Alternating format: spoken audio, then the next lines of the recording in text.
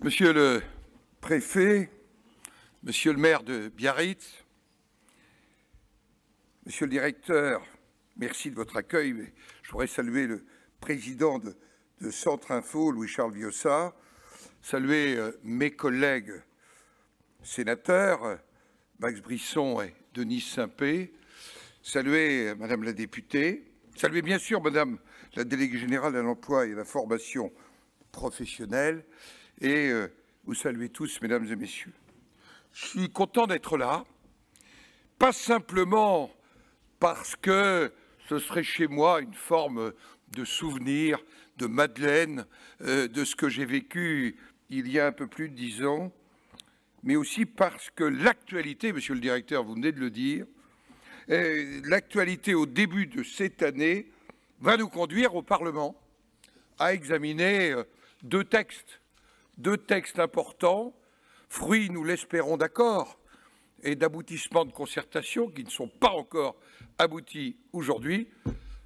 Texte sur l'apprentissage, j'y reviendrai, et accord national, nous l'espérons, dans le cadre d'une procédure que je connais bien de dialogue social sur la formation professionnelle. En même temps, une année sociale qui va être marquée, et ça n'est pas sans lien avec la formation, avec sans aucun doute la réforme de l'assurance chômage, qui va être un sujet dans lequel, ne l'oublions jamais, l'assurance chômage n'est pas qu'un système de redistribution, c'est aussi un système qui doit conduire vers l'emploi. C'est vrai, monsieur le président de Centre Info, j'avais eu l'occasion, il y a 2 ans, d'insister sur l'importance de l'information et de la facilitation des échanges entre tous les acteurs de la formation. Et cette université est devenue un rendez-vous incontournable. Vous avez choisi un thème exigeant, celui du défi de l'innovation. Vous avez réuni, comme à chaque fois, les meilleurs spécialistes. Et je suppose que, comme les années précédentes, l'auditoire a été attentif, conquis. Et j'ai bien compris qu'il fallait revenir aux 16e universités d'hiver. Nous savons que l'objectif de notre système de formation professionnelle, c'est d'abord de faire en sorte que chaque personne puisse, compte tenu des mutations économiques et technologiques, puisse être aidée dans son adaptation aux évolutions de son ou de ses métiers. Ça a été rappelé, je crois, par Madame la ministre, nous en avons parlé hier, plus d'un métier sur 2 sera profondément transformé dans les 10 ans qui viennent, un métier sur 5 n'existera plus, et plus d'un métier sur 5 sera un métier nouveau. L'objectif est aussi que chacun puisse progresser d'au moins un niveau de qualification au cours de sa vie professionnelle. Il s'agit par conséquent, d'un point de vue économique, de permettre l'acquisition de nouvelles compétences tout au long de la vie, compétences indispensables à la compétitivité de notre économie, et vous savez que c'est vraiment une priorité, y compris quand on regarde la balance de notre commerce extérieur et de sa capacité à intégrer des innovations futures. Mais à côté de ce point de vue économique, il y a naturellement l'enjeu social. Et je fais partie de ceux qui ne séparent pas l'économique et le social. Chaque travailleur doit donc pouvoir apprendre, et à tout âge de sa vie. Il ne doit pas rester sur le bord du chemin et avoir le sentiment d'être oublié. Et il y a donc une obligation de formation des entreprises. Il y a aussi une responsabilité directe des pouvoirs publics à garantir un accès à la formation pour tous. Or, cette garantie, aujourd'hui, n'existe pas concrètement et réellement, et notamment pour ceux qui sont éloignés de l'emploi depuis un certain temps, et parfois nos systèmes, j'allais dire, sont tellement hermétiques qu'ils n'arrivent jamais à y rentrer vraiment. Dans notre pays, malgré certaines évolutions, chaque personne continue à être marquée et définie presque à vie par la formation initiale qu'elle a suivie ou qu'elle a abandonnée dans le cas des décrocheurs, alors qu'il faut rompre avec cette approche et donner autant d'importance à la formation continue et à l'expérience des salariés. La France est confrontée à une importante segmentation du marché du travail. Entre d'un côté des professionnels très qualifiés qui au fond ont l'embarras du choix face à des entreprises qui n'arrivent pas à satisfaire leurs besoins en métiers innovants, et de l'autre des travailleurs peu qualifiés qui ne trouvent pas d'emploi ou qui changent en permanence d'emploi parce qu'ils n'arrivent pas réellement à s'insérer dans l'emploi. Tel est avant tout le défi qu'il nous faut relever.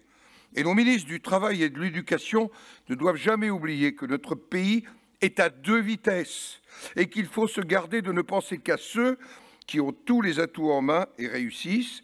Cette France que j'avais qualifiée dans un rapport au président Hollande de France d'à côté, elle est naturellement territoriale, mais elle est avant tout humaine et constituée d'hommes et de femmes.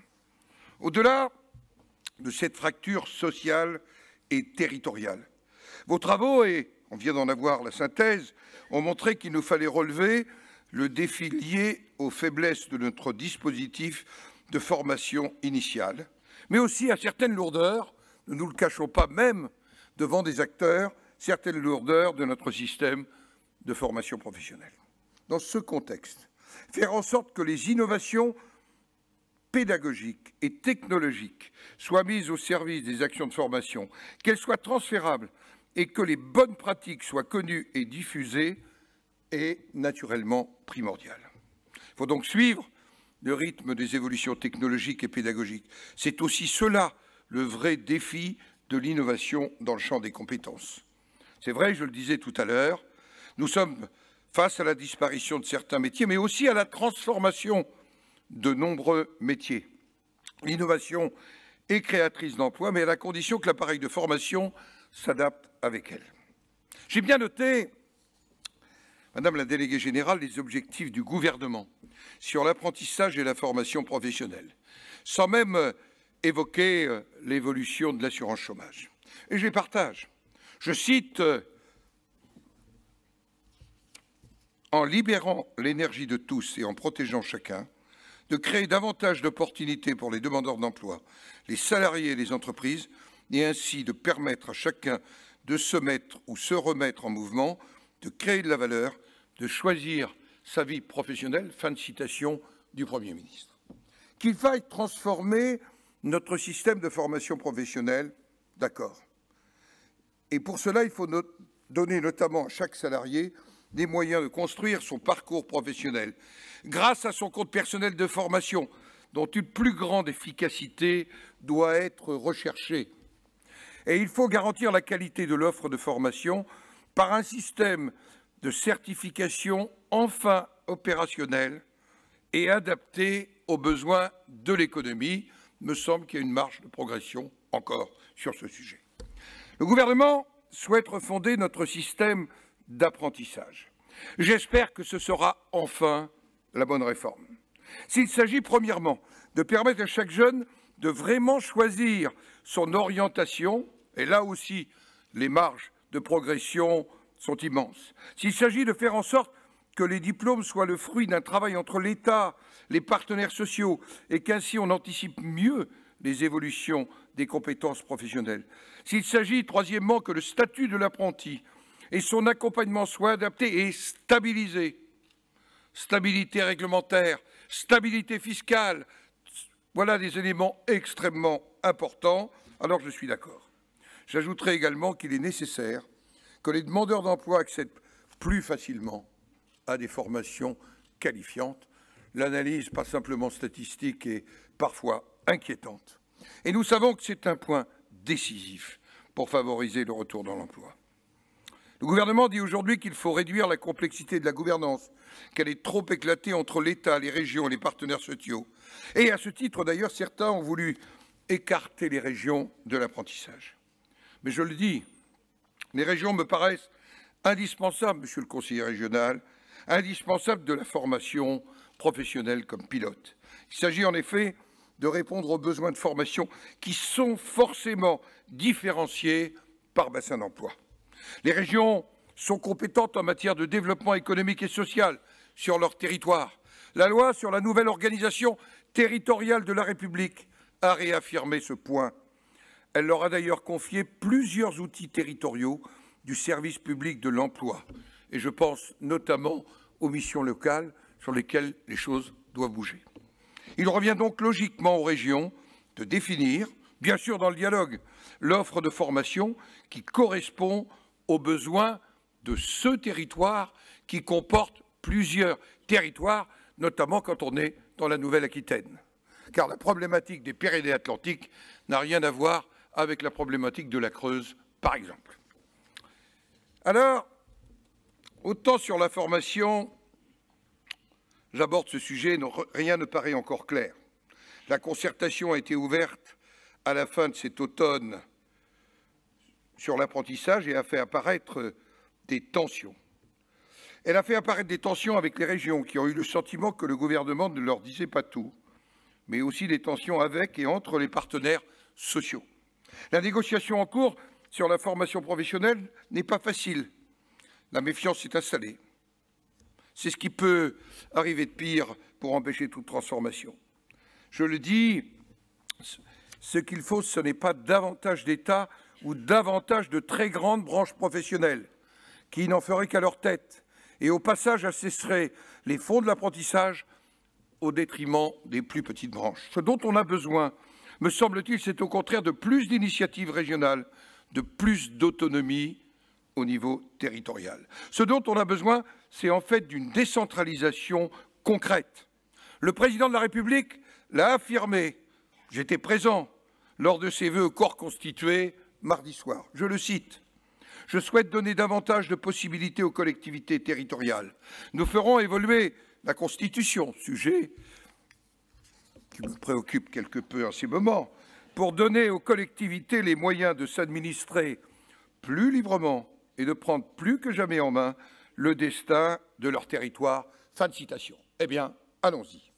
Alors, mesdames et messieurs, pourquoi, comme le Sénat l'avait proposé au moment de la loi sur la nouvelle organisation territoriale de la République, ne donnerait-on pas enfin aux régions une vraie compétence en matière d'emploi?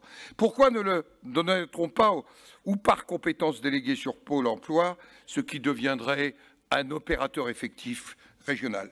Il s'agit simplement de mettre en œuvre ce que la loi a prévu en matière d'expérimentation, et d'expérimentation, on en parle beaucoup en ce moment. Puisqu'innover, c'est penser différemment, c'est-à-dire imaginer un nouveau paradigme. Faisons en sorte que cette réforme de l'apprentissage et de la formation soit systémique, pour reprendre un qualificatif à la mode. J'ai le sentiment que le gouvernement est en voie d'entendre la voix des régions sur le sujet de l'apprentissage.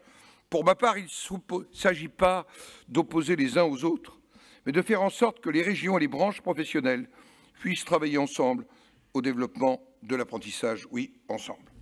Je ne doute pas que les partenaires sociaux sauront ensuite trouver les bases d'un bon accord en ce qui concerne la formation professionnelle des salariés. Alors, le législateur, mes chers collègues parlementaires, pourra le reprendre. Je crois qu'il ne faut pas hésiter à bousculer des conservatismes, y compris des intérêts acquis.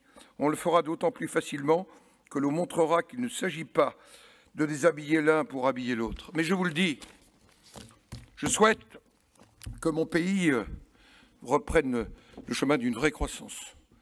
Je souhaite que mon pays sorte enfin du chômage de masse qui a été évoqué, parce que c'est un facteur de décohésion sociale et que c'est sans doute un des enjeux majeurs. Mais pour y réussir, on ne peut pas laisser au bord du chemin un certain nombre d'hommes et de femmes qui, depuis longtemps, sont vraiment à côté et qui sont même passés de l'autre côté de la cloison. Et je ne paraphraserai pas Saint-Augustin en disant cela. Je dis simplement que notre rôle, et c'est un des rôles du Sénat, de représenter les territoires, de n'être pas un anti-pouvoir, mais souvent un contre-pouvoir pour se dire qu'ensemble, avec les territoires, on doit réussir aussi ce défi de la formation initiale, ce défi de la formation professionnelle initiale, ce défi de la formation continue, car sans formation des hommes et des femmes, il n'y aura pas de réussite. Alors, bonne 16e université dans 2 ans. Merci.